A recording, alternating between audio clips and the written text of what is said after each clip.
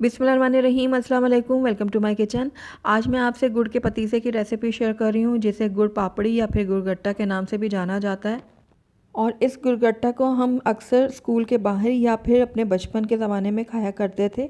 यहाँ पर बहुत ही जालीदार और क्रिस्पी गुड़ का पतीसा बनाने की सीक्रेट टिप मैं आपसे शेयर करने वाली हूँ। तो मेरी वीडियो को शुरू से एंड तक पूरा देखिएगा। बहुत ही आसान और बहुत ही झटपट ये गुड़गट्टा बनके तैयार हो जाता है। तो चलिए इसको बनाना स्टार्ट करते हैं। लेकिन उससे पहले अगर आप मेरे चैनल पे नए हैं तो काइंडली इसको सब्सक्राइब कर दें और साथ ही बेल आइकन को भी प्रेस कर दें, ताकि मेरी हर नई आने वाली वीडियो की नोटिफिकेशन सबसे पहले आप तक पहुँचे। तो गुड़ का पतीसा बनाने से पहले हम सबसे पहले यहाँ पर कोई भी मोल्ड ग्रीस कर लेंगे, क्योंकि जब हम गुड़गट्टा बनाते हैं तो उस वक्त बिल्कुल भी टाइम नहीं होता इस प्रोसेस का। क्योंकि गुड़ का जो पतीसा हम बनाते हैं उसको हमने फ़ौरन ही मोल्ड के अंदर ट्रांसफ़र करना होता है। इसीलिए किसी भी प्लेट या फिर मोल्ड का जिसका भी आपने इस्तेमाल करना है उसके ऊपर अच्छे से घी लगा दें। इस तरीके से उसको ग्रीस कर लें। ऑयल का भी इस्तेमाल कर सकते हैं। तो ये देखिए, इस तरीके से मैंने अच्छे तरीके से चारों तरफ से इसमें घी लगा दिए। तो अब हमारा जो मोल्ड है वो बिल्कुल रेडी है। इसको एक तरफ रख लेते हैं। अब दूसरी तरफ मैंने यहाँ पर एक पैन ले लिया है।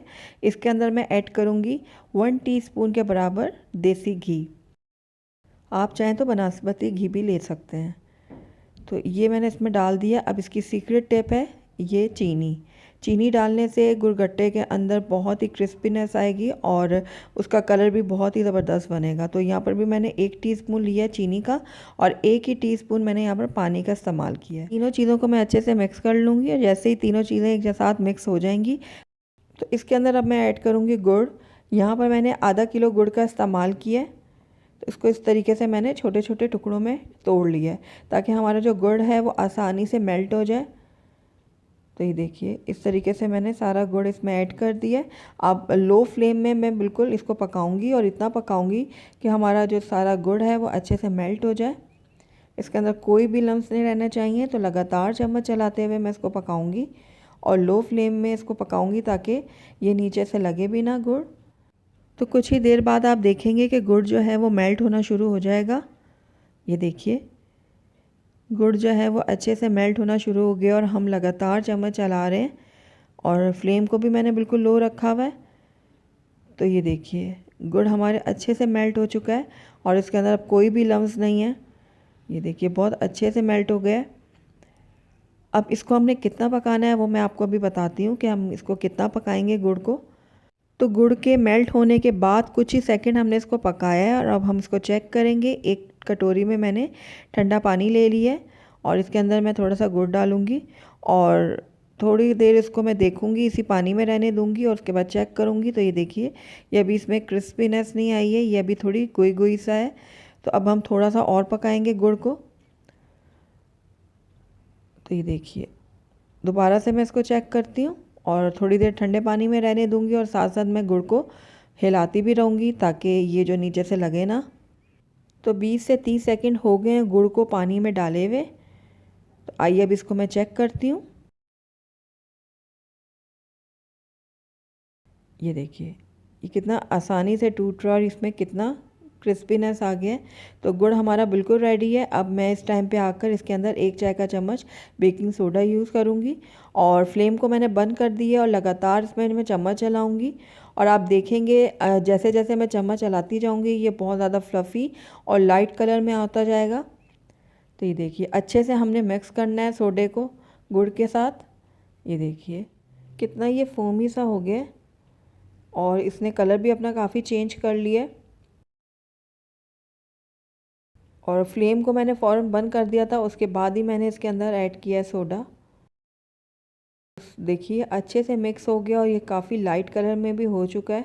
अच्छे से मिक्स हो गई सारी चीज़ें। अब जो हमने मोल्ड को तैयार किया हुआ था घी लगाकर, उसके अंदर मैं सारा का सारा ये गुड़ का पतीसा डाल दूँगी और फ़ौरन से हमने ये काम करना है, टाइम नहीं लगाना इसमें। तो ये सारा मैंने इसमें ऐड कर दिया है और इसको हमने बिल्कुल भी हिलाना जुलाना नहीं है, ना टैप करना है, वरना आपके जो गुड़ गट्टे की जो जाली है वो अच्छे से नहीं बनेगी।